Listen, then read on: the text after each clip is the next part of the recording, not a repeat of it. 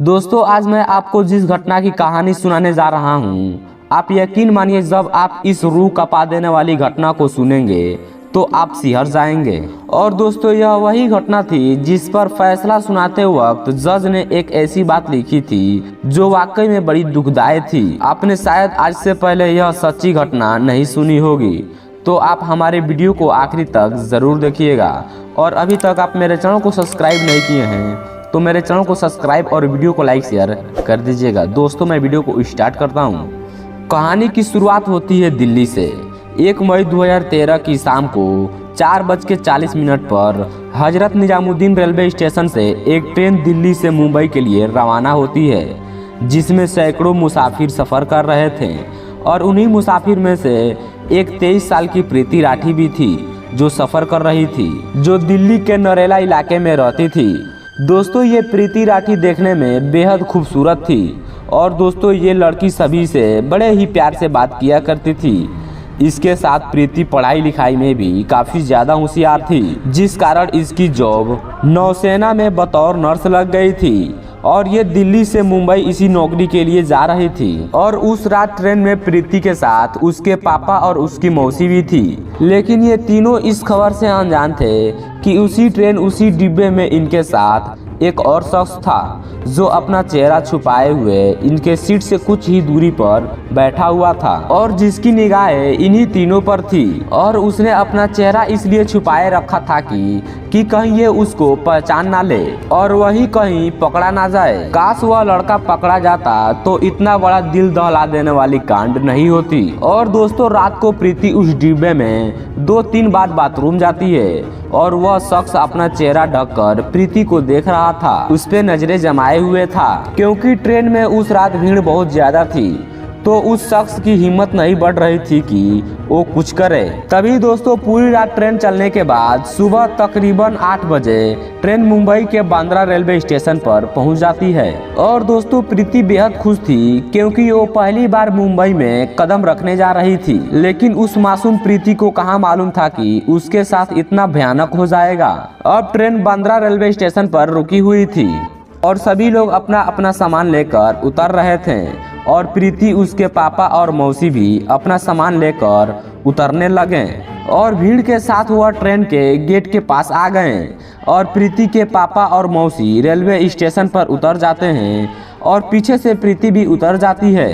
Platform पर प्रीति पापा और मौसी से कुछ कदम पीछे चल रही थी और नए जगह को देखकर बहुत खुश थी।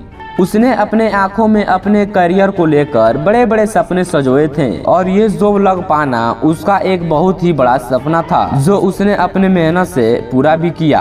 प्रीति रेलवे स्टेशन पर आगे बढ़ रही थी तो उसे एहसास होता है कि वह अपने पापा और मौसी से पीछे रह गई है।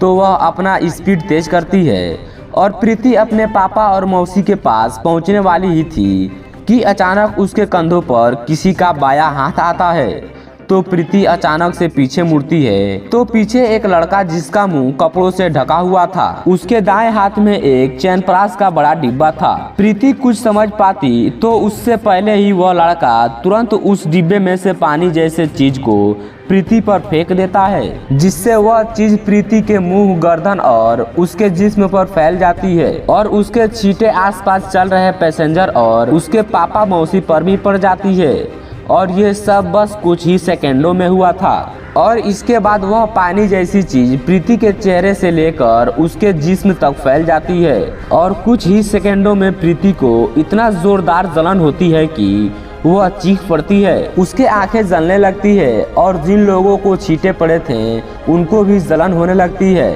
तब तक वह लड़का वहां से जा चुका था और अब प्रीति को तुरंत हॉस्पिटल ले जाया जाता है। और जैसे ही डॉक्टर प्रीति को देखा तो वह समझ जाता है कि प्रीति की हालत बहुत नाजुक है। और अब तक यह खबर पूरे शहर में फैल चुकी थी। और जब इलाज शुरू किया जाता है तो जांच की जाती है तो पता चलता है कि उस लड़के ने जो चीज़ फेंकी थी वो तेजाब था। और दोस्तों फिर इलाज के दौरान पता चलता है कि प्रीति की दोनों आंखें तेजाब के वजह से खत्म हो चुकी थी। और दोस्तों प्रीति का चेहरा और जिस्म इस तरह से जल गया था कि प्रीति को देखा भी नहीं जा सकता था।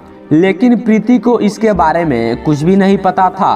कि उसके चेहरे और उसके शरीर के साथ क्या हो गया है। वह बार बार डॉक्टर से पूछ रही थी कि मुझे क्या हुआ है और मेरी आंखें क्यों नहीं खुल रही है, और डॉक्टर्स उसे दिलासा दे रहे थे कि कुछ नहीं हुआ है प्रीति, तुम जल्द ही ठीक हो जाओगी। उधर पुलिस उस लड़के की तलाश कर रही थी कि आखिर वह लड़का कौन था। लोगों के मन में भी ये सवाल बार बार आ रहे थे कि आखिर उस लड़के ने इस मासूम बच्ची के साथ ऐसा क्यों किया। और जब सच्चाई सामने आई तो उसने लोगों की रोंगटे खड़े कर दिया। कारण जानकर आप भी हैरान हो जाओगे। इसके बाद हॉस्पिटल में प्रीति से पूछी जाती है कि आखिर वो लड़का कौन था।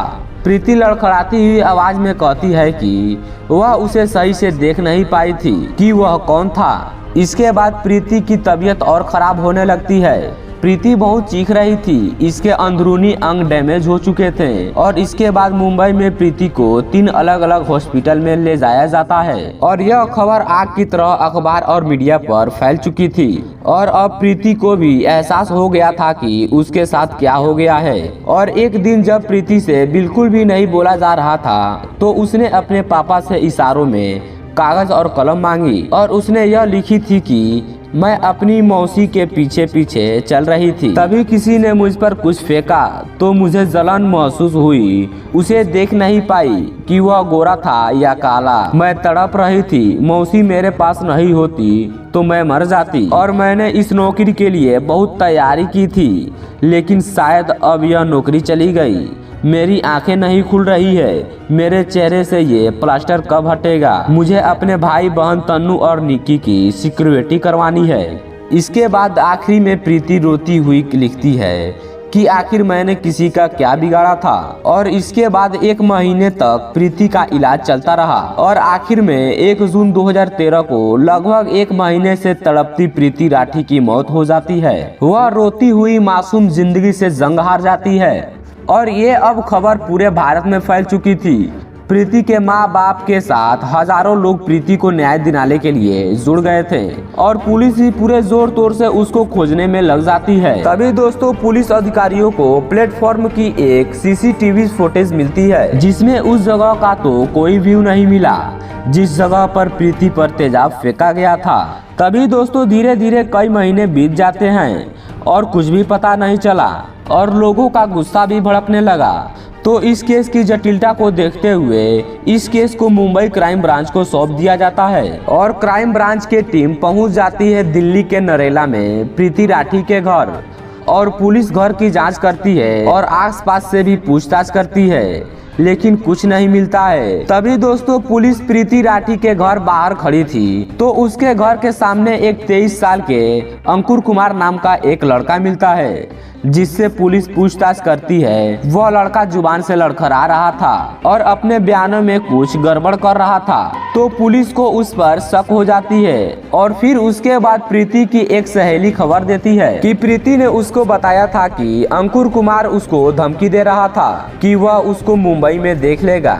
और पुलिस की शक भी सही हो गया और पुलिस ने जैसे ही अंकुर कुमार की कॉल डिटेल्स निकाली तो पता चलता है कि उस दिन अंकुर कुमार मुंबई में था। और ये बात पता चलते ही पुलिस तुरंत अंकुर कुमार को गिरफ्तार कर लेती है और अंकुर कुमार से पूछताछ करती है। तो अंकुर कुमार कुछ नहीं बताता है तो पुलिस अपने तरीके से पूछती है तो अंकुर सब कुछ बता देता है कि आखिर प्रीति को क्यों मारा। और दोस्तों आपको यह जानकर बहुत हैरानी होगी कि आप सामने हंसते हुए पोज दे रहे लड़के को देख रहे हैं, यही वो अंकुर कुमार था जिसने प्रीति पर तेजाब इसलिए फेंका था कि प्रीति ने अंकुर कुमार से शादी करने से मना कर दिया था, लेकिन अंकुर उससे ही शादी करना चाहता था। और दोस्तों इसके साथ ही एक और कारण माना जाता है। दरअसल प्रीति राठी पढ़ाई में बहुत ही होशियार थी और उसकी नौकरी भी लग गई थी, लेकिन अंकुर कुमार प्रीति के तरक्की को देखकर जल उठा था और उसी जलन के चलते उसने ऐसा किया। और दोस्तों उसके बाद इसको कोर्ट में पेश की जाती है तो जज का फैसला सुनाता है इसको फांसी की सजा दी जाएगी। और फिर उसके बाद इसकी फांसी की सजा कैंसिल करके इसको उम्र कैद की सजा सुनाई जाती है। और जज फैसला सुनाते वक्त यह लिखा था कि प्रीति 30 दिन तक इसलिए जिंदा रही कि वह अपना चेहरा नहीं देख पा रही थी। अगर वह अपना चेहरा पहले ही दिन देख ली थी तो वह उसी दिन मर जाती। तो दोस्तों आप समझ सकते हैं कि उसके साथ कितना बड़ा हादसा हुआ था। और दोस्तों आप इस प्रीति राठी की घटना के बारे में क्या कहना चाहते हैं, हमें नीचे कमेंट करके बता सकते हैं। दोस्तों हम फिर अगले वीडियो मिलते हैं, तब तक के लिए जय हिंद, जय भारत।